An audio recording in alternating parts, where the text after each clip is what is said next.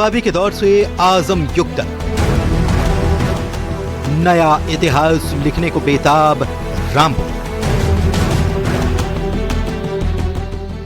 मैं रामपुर हूं, वो रामपुर जो अंग्रेजी हुकूमत में सबसे मशहूर रियासतों में से एक थी। मैं गवाह हूं अंग्रेजी हुकूमत से लेकर लोकतंत्र के रंग तक। मैंने राजा को रंक बनाया है, मैंने नेताओं को फर्श से अर्श पर पहुंचाया है। मैं वो रामपुर हूं जिसे कई लोगों ने अपना गढ़ समझा, लेकिन मैंने हमेशा जनता की आवाज को सुना है। आजम खान चाहते थे कि आप जेल चले जाएं। जी, जेल चले जाएं बेवजह बेकसूर। आजम खान एक बहुत बड़े कद्दावर नेता थे। अब्दुल वोट दिलवाए और आप अब्दुल का नाम भी नहीं लें। एक बार फिर मैं रामपुर यूपी की सियासत का सेंटर बन चुका हूं। वजह है वही आजम खान जिन्हें मैंने पहचान दी, नाम दिया, सम्मान दिया, लेकिन मेरे नाम को बदनाम करने वाले आजम को फिर से दी गई उनकी नई पहचान।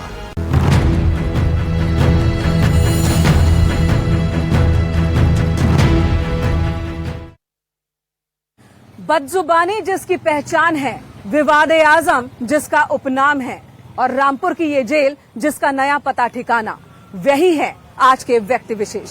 नमस्कार, मैं हूं आपके साथ मेनका चौधरी और आप देख रहे हैं हमारा खास कार्यक्रम व्यक्ति विशेष, जिसमें बात हो रही है आज आजम खां की और आजम खां के सिफर से शिखर और शिखर से सिफर तक के सियासी सफर की, जिसकी शुरुआत मैं कर रही हूं रामपुर जेल से। ये वही रामपुर जेल है जहां कभी आजम खां पहुंचते थे तो दरवाजे खुल जाया करते थे। यहां आजम खां को सैल्यूट दिया जाता था, लेकिन आज 10 बाई 10 की एक कोठरी में कैद हैं कभी खुद को सुपर सीएम समझने वाले आजम खां। कैसे और क्यों हुआ ये? अगर ये सवाल पूछेंगे तो बात बहुत लंबी जाएगी।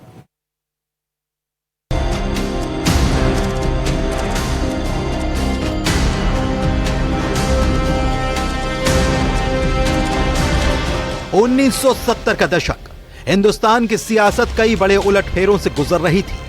देश में छोटे छोटे सियासी दलों का उदय हो रहा था और जनता पैदा कर रही थी नए नेता। वो नेता जो आम से खास बने, फिर खास से बेहद आम। कुछ ऐसी ही कहानी दोहराई उत्तर प्रदेश के रामपुर में।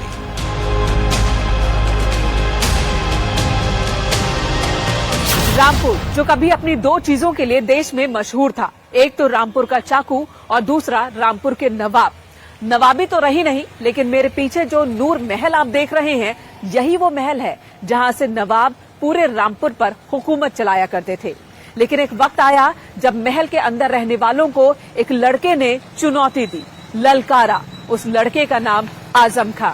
अलीगढ़ से वकालत की पढ़ाई कर लौटे आजम खां के शब्दों में जादू होता था, ऐसा जादू जिसका गवाह बना रामपुर और रामपुर के लोग। साल 1948 में जन्मे आजम खान ने 70 के दशक में अलीगढ़ मुस्लिम विश्वविद्यालय से कानून की पढ़ाई की और यहीं के छात्र संघ चुनाव में राजनीति का ककहरा सीखा। तब टाइपिंग करने वाले पिता को अंदाजा नहीं था कि उनका बेटा कौन सी क्रांति को रामपुर में हवा देने वाला है। वक्त बदला। रामपुर के कल कारखानों से मजदूरों की आवाज बने आजम ने यहाँ की सियासत को भी बदल कर रख दिया। विकास नहीं हुआ, कोई फैक्ट्री नहीं लगी, जो फैक्ट्रियां लगी थी उन फैक्ट्रियों को भी बंद करा दिया गया। तो इसलिए मुसलमान ने अब फैसला किया है कि मुसलमान अब बीजेपी को वोट करेगा, बीजेपी के साथ जाएगा, जो सत्ता जिसकी 4.5 साल सरकार है उसके साथ जाएगा, उसके साथ रहेगा, तभी विकास हो पाएगा। आजम खान के रामपुर की राजनीति के आजम बनने की कहानी 1974 से शुरू होती है, जब वो एएमयू के छात्र संघ के महासचिव चुने गए थे। उसी समय आपातकाल लगा और उन्हें भी जेल भेज दिया गया। तब तक आजम को पता नहीं था कि जब वो जेल से लौटेंगे तब वो आम आजम नहीं बल्कि रामपुर के आजम खास बन चुके होंगे। एक दौर था जब रामपुर ने उन्हें आंखों पर बिठाया। बदले में आजम खान ने रामपुर को नवाबों से मुक्ति दिलाई और ये रामपुर के लिए किसी क्रांति से कम नहीं था। लेकिन रामपुर की जनता को क्या पता था कि एक वक्त आएगा जब यही आजम खान खुद को नया नवाब समझ बैठेंगे। 1980 का वो दशक जब रामपुर में सही मायने में नए नवाबी दौर की शुरुआत हुई। यूं तो रामपुर की सियासत पर नवाब रजा अली खान के परिवार का दशकों तक दबदबा रहा, लेकिन साल 1980 में इन्हीं नवाबों के साए में आजम खान ने पहली बार विधानसभा का चुनाव जीतकर नवाबी का खात्मा कर दिया। इसके बाद उन्होंने कभी पीछे मुड़कर नहीं देखा।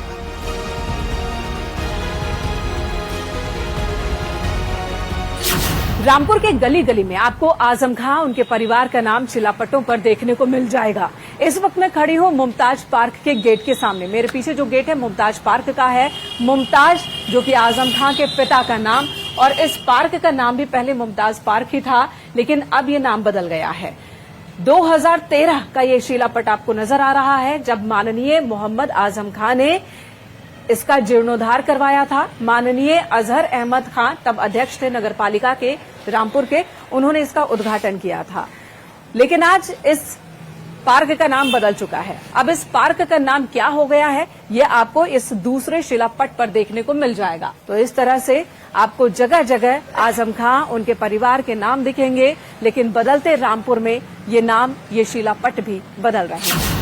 रामपुर शहर पर आज उनकी ऐसी छाप है कि लोगों की जबान और जगह जगह लगे शिलान्यास के पत्थरों पर उनका ही नाम नजर आता है। लेकिन अब उस दौर के खात्मे की शुरुआत हो चुकी है। आगे हम उसी की बात करेंगे। हमारा एनकाउंटर भी हो सकता है।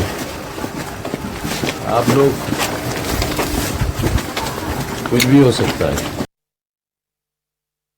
एक वक्त था जब रामपुर कानपुर के बाद सबसे ज्यादा कल कारखानों वाला शहर था, लेकिन समय के कुचक्र में फंसकर विकास का पहिया थम गया।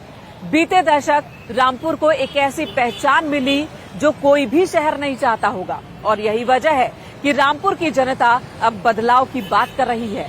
वो बदलाव जो हमने विधानसभा उपचुनाव के दौरान देखा, और रामपुर की जनता ने आजम एंड फैमिली का पॉलिटिकल सफाया कर दिया।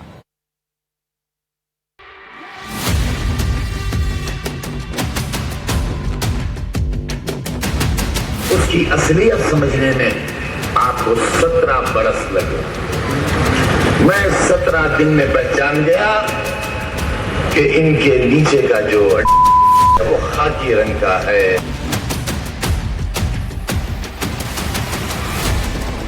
रामपुर एक ऐसी विधानसभा सीट जिस पर देश और प्रदेश की निगाहें हमेशा टिकी रही। रामपुर वो शहर है जहां की सियासत आजादी के बाद से ही देश की आंखों में गड़ गई। जब 1977 में विधानसभा के चुनाव हुए, उस वक्त मंजूर अली खान को कांग्रेस से विधानसभा पहुंचाया गया, तो लोकसभा क्षेत्र के तौर पर इसी रामपुर ने नवाब खानदान की मिंटती नवाबी को नई पहचान दी। धीरे धीरे सियासत का चक्र चलता रहा और शुरू हुआ नवाबी के खात्मे का दौर, जहां आगे चलकर आजम खान ने खुद को नया नवाब समझने की गलती कर दी। लेकिन सच तो यह है कि यहाँ की जनता ही हमेशा नवाब रही। लेकिन बदलते वक्त के साथ मैं एक बार फिर से बदलाव की तैयारी में हूँ। इसी रामपुर ने मुंबई के सितारों को संसद पहुंचाया, तो बीजेपी के कुछ गिने चुने मुस्लिम चेहरों में से एक मुख्तार अब्बास नकवी को भी सांसद बनने का मौका दिया। लेकिन 2017 के बाद से अब इस रामपुर में बदलाव की बयार दिखने लगी है, जिसे कभी समाजवादी पार्टी का गढ़ कहा जाता था। इसी रामपुर की सियासत के आजम बने आजम खान का कभी एक छत्र राज चलता था, जहां से 10 बार आजम खान विधायक बने, 2 बार सांसद बने, करीब 5 दशक लंबा सियासी सफर। लेकिन वक्त का खेल देखिए, जिस शहर ने उन्हें शिखर पर पहुंचाया, उसी शहर से धोखा किया तो रामपुर के लोगों ने उन्हें अर्श से फर्श पर लाकर पटक दिया। तनवीर गुड्डू जी, ये वो शख्स हैं जो कभी समाजवादी पार्टी में थे, आजम खान के बेहद करीबी थे, साथ गाड़ी में आया जाया करते थे। लेकिन कैसे इन्हें भी आजम की नाराजगी का सामना करना पड़ा, इन्हीं से जानते क्या हुआ, नाराजगी क्यों हो गई? तो मुस्लिमों पे तो सारा जुल्म किया उन्होंने जुल्म ही मुसलमानों पे किया। शहर में मज़ारों पे बिल्डोजर, कब्रस्तानों पे बिल्डोजर, मस्जिदों पे बिल्डोजर, मदरसों पे बिल्डोजर, सबों पे बिल्डोजर चलवाया। और जो भी शहर का चमकता हुआ आदमी था या कोई हसाब आदमी था, उसको कहते थे कि उसको जीने का हक नहीं था, निकलने का हक नहीं था। अगर कोई डिवाइडर के इस हाथ को आ रहा है तो अपने हाथ से रक्षा वालों के, ठेले वालों के, ठेलियों वालों के चाटे मारते थे।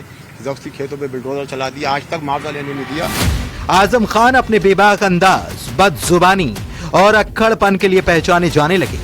यानी कल तक जिस नेता की बातों में जादू हुआ करता था, उन्हीं आजम की बातें रामपुर के लोगों को चुभने लगी।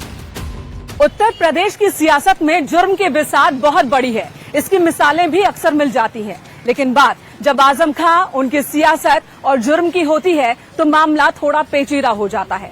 उनके विवादित बयानों से लेकर बकरी और किताब चोरी के मामले उनके सियासी खत को बौना करते हैं। और फिर एक वक्त ऐसा आया जब अदालत ने उनके सियासी सफर पर पूर्ण विराम लगा दिया। जेल में आजम खां अपने पूरे परिवार के साथ कैद हैं। रामपुर का भी आजम खां के लिए गढ़ था। वजह थी यहाँ के मुस्लिम मतदाता। पूरा शहर और आसपास के गांव मुस्लिम बहुल इलाके हैं, यानी एक तरफा वोट आजम की झोली में जाया करता था। लेकिन जब सत्ता का नशा चढ़ा तो इन्हीं मुस्लिमों पर आजम के जुल्म सितम शुरू हो गए। फिर वो वक्त भी आया कि मुस्लिम बहुल उस सीट पर जहां कभी कमल नहीं खिला था, वहां सपा का किला लुट गया और रामपुर में उदय हुआ बीजेपी के नए सूरज, यानी कि आकाश सक्सेना का। कि अब्दुल दरी बिछाए, अब्दुल वोट दिलवाए और आप अब्दुल का नाम भी नहीं लें। मेरी मुराद अखिलेश यादव जी से थी। लेकिन तकलीफ दे बात यह रही कि जब मोहम्मद आजम खान साहब जेल से वापस आए और जेल से आने के बाद हमने जो दर्द बयां किया था, हमारे आंसुओं को उन्होंने समाजवादी पार्टी के राष्ट्रीय अध्यक्ष से सौदा कर लिया। और उस सौदे की एवज में 2 विधानसभा सदस्य, एक सीतापुर के और एक सहारनपुर के ऐसे शख्स के बेटे जो वार्ड मेंबर भी नहीं जीत सकते, उनको उन्होंने एमएलसी बनवाया। कार थी उस वक्त 2012 में जैसे बनी है, उस वक्त हमारे लिए रामपुर में रुकने की इजाजत ही नहीं थी। तब के मैंने 15-16 साल उनके साथ गाड़ी में चला, उनकी खिदमत की। मेरे घर में 3 मरीज कैंसर के, मेरी भावज, मेरी वालदा कहीं, भाई दिल्ली में, कोई अलीगढ़ में, और उसके बाद भी हमें रामपुर रहने की इजाजत नहीं थी। 3 मुकदमे एक दिन में, 3 तारीखें, एक रामपुर, एक मुरादाबाद कमिश्नरी में, एक इलाहाबाद हाई कोर्ट में। मैं लिंक गाड़ी से जाता था, मुरादाबाद से बैठ के छुप के। इसमें कोई शक नहीं है कि आजम खां एक बहुत बड़े कद्दावर नेता थे, जिनका बहुत जलवा था और बहुत दुसूख था, जिसमें मुलायम सिंह जी भी उनके सामने, उनका कद छोटा लगता था और अखिलेश जी का भी बहुत कद उनके सामने छोटा रहता था। यहाँ तक कि रामपुर के मामलों में जब यहाँ के लोगों के साथ में ज्यादतियां हुई, जब यूनिवर्सिटी की जगहें छीनी गई, तो लोग यहाँ से मुलायम सिंह जी के पास गए। उस टाइम मुलायम सिंह यादव जी मुख्यमंत्री थे, तो उन्होंने ये कहा कि रामपुर को मैं ये समझता ही नहीं हूं कि वो यूपी में है, मैं ये समझता हूं कि वो मेरे जुरिसडिक्शन में ही नहीं आता। रामपुर में जब पिछले उपचुनाव हुए तो 2 फैक्टर यहाँ की आवाम के सामने थे। एक तरफ जातीय समीकरणों में उलझा रामपुर और दूसरी तरफ विकास और बुनियादी जरूरतों से जूझता रामपुर। रामपुर ने 21वीं सदी में फिर नया इतिहास लिखा। जातीय समीकरणों को उतार कर नीचे रखा और विकास के नाम पर बीजेपी के आकाश को अपना नया सेवक चुना। लेकिन लोग कहते हैं कि ये हालात भी खुद आजम खान ने ही पैदा किए। कैसे और क्यों, इसकी बात आगे होगी। आजम ने जब सियासत शुरू की थी तब रामपुर में नवाबी दौर था। आजम खान ने मजदूरों और मुस्लिम तुष्टीकरण का सहारा लिया और रामपुर के नए नवाब बन गए। लेकिन जिस जातिगत समीकरण का उन्होंने सहारा लिया, वही समीकरण उल्टे पड़ने लगे। जौहर यूनिवर्सिटी के लिए आजम खान ने मुस्लिम समाज के लोगों पर ही जुल्म ढाए और जानकार तो यहां तक कहते हैं कि इसी जौहर यूनिवर्सिटी का सपना आजम के बुरे दिनों की शुरुआत भी बन गया।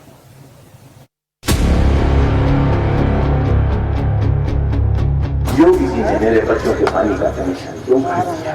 सीवर लाइन का कनेक्शन काट दिया। अरे ये जो अधिकारी आए हैं, कितने मुकदमे कायम करोगे? गिराओगे यूनिवर्सिटी, तुम गिराओगे और मैं उससे 1000 गुना बड़ी उसकी इच्छा करूंगा।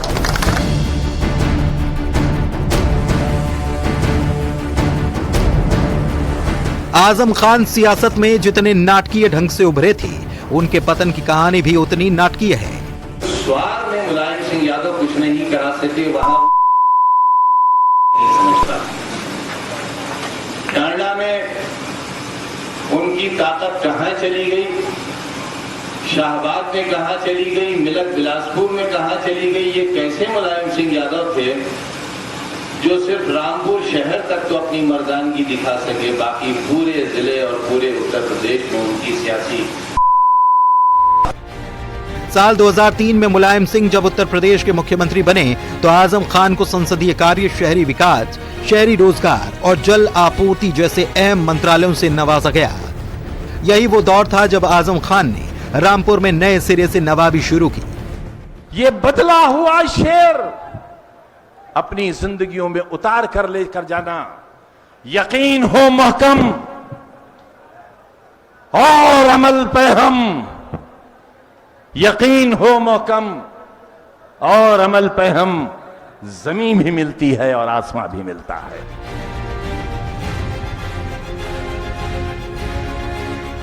आजम की अपराध कथा को समझने के लिए आपको मेरे पीछे मौजूद जौहर यूनिवर्सिटी की कहानी को समझना होगा।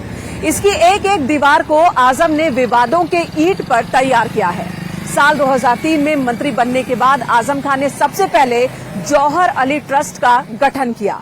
अपने परिवार के साथ ही चमरुआ से विधायक नसीर अहमद को इसका सदस्य बनाया और साल 2005 में यूपी विधानसभा ने जौहर यूनिवर्सिटी एक्ट पारित किया और आजम खान को आजीवन इस ट्रस्ट का अध्यक्ष बना दिया।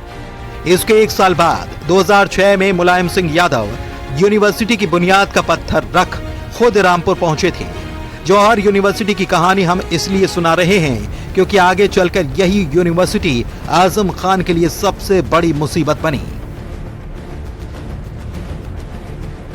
दौरान आजम खान की हनक कैसी थी और कितनी थी, इसकी गवाही ये पुल भी दे रही है। मेरे पीछे जो पुल आप देख रहे हैं ये लगभग 7 किलोमीटर लंबी पुल है और कहा तो ये भी जाता है कि इस पुल का निर्माण आजम खान ने इसलिए करवाया था ताकि जब वो अपने घर से निकले तो बिना किसी बाधा के, बिना किसी रेड लाइट, बिना किसी ट्रैफिक के सीधे इस पुल के जरिए जौहर यूनिवर्सिटी तक पहुंचे। जी हाँ, और इस पुल को बनाने में लगभग 350 करोड़ रुपए की लागत आई थी, ये भी कहा जाता है। आजम खान की हनक चला करती थी। जब आजम खान का रुतबा था, वो सुपर सीएम थे, तब ये दीवार मिली हुई थी और इधर की ये पूरी जमीन जिसमें बिजली घर का उपकेंद्र भी है, जिसमें एक गेस्ट हाउस भी है, वो जौहर यूनिवर्सिटी का ही हिस्सा था। गलत तरीके से, अवैध तरीके से यहाँ पर दीवार खड़ी कर दी गई थी। लेकिन बीजेपी के सत्ता में आने के बाद इस दीवार को यहाँ से तोड़ दिया गया, ढहा दिया गया और यहाँ से ये रास्ता अब जिस अतिथि गृह तक जा रहा है उसे जौहर यूनिवर्सिटी के कैंपस से बाहर किया गया, जो इस वक्त आप देख पा रहे हैं। 2007 में सपा सरकार जाने के बाद जौहर यूनिवर्सिटी का काम लगभग रुक गया। 2012 में सपा की दोबारा सत्ता में वापसी हुई और जौहर यूनिवर्सिटी पर नए सिरे से काम का आगाज भी हुआ। साल 2012 में ही तत्कालीन यूपी सरकार ने बतौर निजी यूनिवर्सिटी इस संस्थान को मान्यता दे दी। बाद में इसे अल्पसंख्यक संस्थान का दर्जा भी मिल गया और साल 2012 से 17 के बीच सपा सरकार के दौरान आजम खान ने बहुत सारी जमीनों को ट्रस्ट के नाम करवाया। और ऐसा करते भी क्यों नहीं, आखिर उस वक्त सुपर सीएम जो थे आजम खान। लेकिन वक्त का खेल देखिए, सत्ता बदली, पावर का सेंटर बदला और बदल गया जौहर यूनिवर्सिटी का नक्शा। कुछ वक्त बाद इसी यूनिवर्सिटी से पुलिस ने छापा मारकर इसी मदरसा आलिया की 2500 पुरानी किताबें बरामद की हैं। वो रिकॉर्ड रूम में घुस के सारे रिकॉर्ड तलाश किया करते थे जमीनों पे, तो कौन सी जमीन कहाँ है और क्या है और उसकी क्या हैसियत है। लिहाजा जब 2012 में सरकार आई तो इन्होंने उसको इस्तेमाल करना शुरू कर दिया। यहाँ एक सीओ थे, उनके ऊपर आरोप यह है कि उन्होंने इनकी मदद की। अगर किसी ने ये कहा कि इसका नाखून काटना है तो उन्होंने उसका हाथ काट दिया। इस तरह से इन्होंने 27 किसानों की ज़बरदस्ती ज़मीन जो थी वो अपने यूनिवर्सिटी में दाखिल कर ली।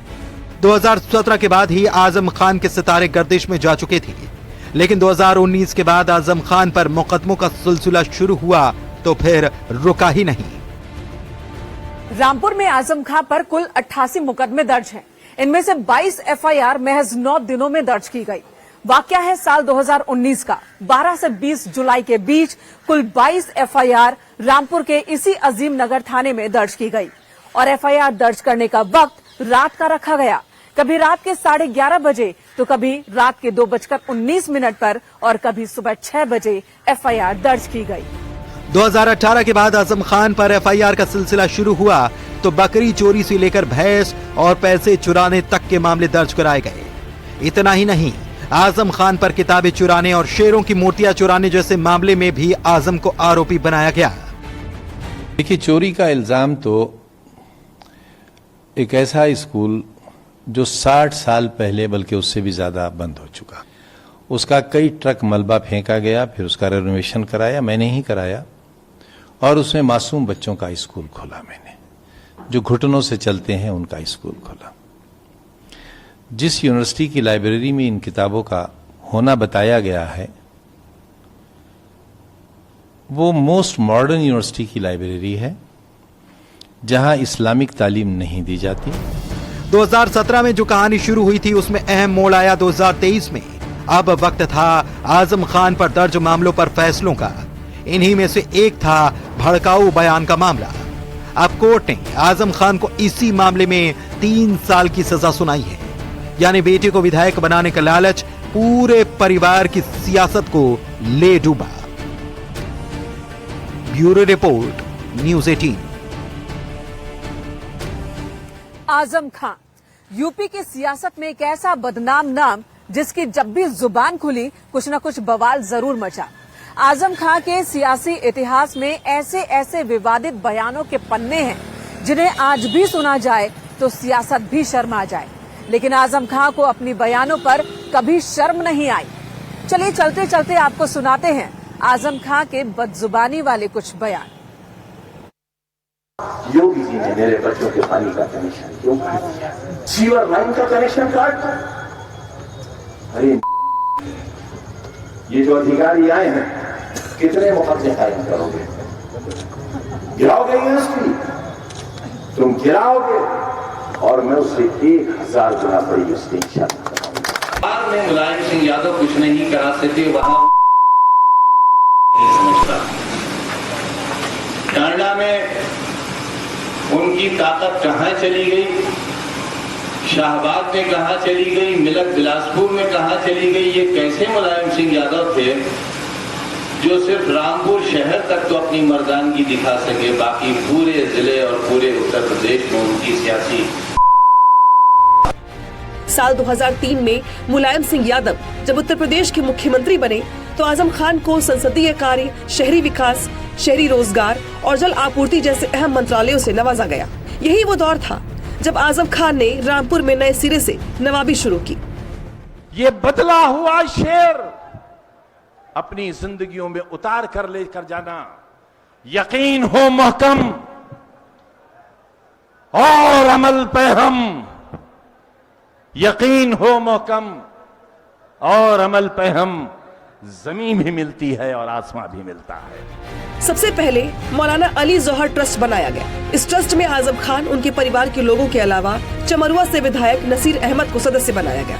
साल 2005 में उत्तर प्रदेश विधानसभा ने मोहम्मद अली जौहर यूनिवर्सिटी के लिए एक्ट पारित किया।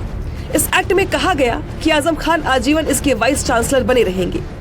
इसके 1 साल बाद 2006 में मुलायम सिंह यादव यूनिवर्सिटी की बुनियाद का पत्थर खुद रखने के लिए रामपुर पहुंचे थे। जौहर यूनिवर्सिटी की कहानी हम इसलिए सुना रहे हैं क्योंकि आगे चलकर यही यूनिवर्सिटी आजम खान के लिए सबसे बड़ी चुनौती बनी। वो रिकॉर्ड रूम में घुस के सारे रिकॉर्ड तलाश किया करते थे जमीनों के, तो कौन सी जमीन कहाँ है और क्या है और उसकी क्या हैसियत है। लिहाजा जब 2012 में सरकार आई तो इन्होंने उसको इस्तेमाल करना शुरू कर दिया। यहाँ एक सीओ थे, उनके ऊपर आरोप यह है कि उन्होंने इनकी मदद की। अगर किसी ने ये कहा कि इसका नाखून काटना है तो उन्होंने उसका हाथ काट दिया। इस तरह से उन्होंने 27 किसानों की ज़बरदस्ती ज़मीन जो थी वो अपने यूनिवर्सिटी में दाखिल कर ली। 2007 में सपा सरकार के जाने के बाद जौहर यूनिवर्सिटी का काम लगभग रुक गया था। 2012 में समाजवादी पार्टी की दोबारा सत्ता में वापसी हुई और जौहर यूनिवर्सिटी पर नए सिरे से काम का आगाज भी हो गया। साल 2012 में ही उत्तर प्रदेश सरकार ने बतौर निजी यूनिवर्सिटी संस्थान को मान्यता दे दी। बाद में इसे अल्पसंख्यक संस्थान का दर्जा भी मिल गया। 2012-2017 की सपा सरकार के दौरान इस मदरसे की जमीन जौहर ट्रस्ट को दे दी गई। आजम खान सूबे के मंत्री थे, लिहाजा जौहर ट्रस्ट ने भी ये जमीन खुद ले ली। कुछ वक्त बाद इसी यूनिवर्सिटी से पुलिस ने छापा मारकर इसी मदरसे आलिया की 2500 पुरानी पुस्तकें बरामद की हैं। देखिए, चोरी का इल्जाम तो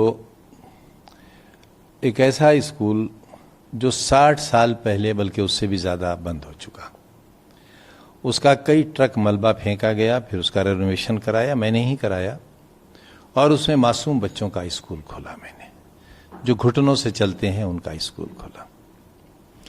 जिस यूनिवर्सिटी की लाइब्रेरी में इन किताबों का होना बताया गया है, वो मोस्ट मॉडर्न यूनिवर्सिटी की लाइब्रेरी है जहां इस्लामिक तालीम नहीं दी जाती। 2017 के बाद ही आजम खान के सितारे गर्दिश में आ चुके थे, लेकिन 2019 के बाद आजम खान पर मुकदमों का सिलसिला शुरू हुआ तो फिर रुका ही नहीं। रामपुर में अब तक आजम खान के ऊपर कुल 88 मुकदमे दर्ज हैं। इनमें से महज 9 दिनों में 22 FIR दर्ज हुई थी। ये वाकया है साल 2019 का। इस दौरान 12 जुलाई से 20 जुलाई के बीच रामपुर के अजीम नगर पुलिस स्टेशन में 22 FIR दर्ज की गई। सभी FIR को लिखने का समय रात का रखा गया, कभी 11:30 बजे, कभी रात में 2:19 तो कभी सुबह 6 बजे के समय FIR दर्ज की गई। अब वक्त था आजम खान पर दर्ज मामलों पर फैसले का, और उन्हीं में से एक था भड़काऊ बयान का मामला। अब कोर्ट ने आजम खान को इसी मामले में 3 साल की सजा सुनाई है। Bureau report, news 18। आज रामपुर से व्यक्ति विशेष के स्पेशल एडिशन में इतना ही। एक ब्रेक के लिए रुकेंगे, ब्रेक के बाद भी न्यूज़ 18 पर खबरों का सिलसिला जारी।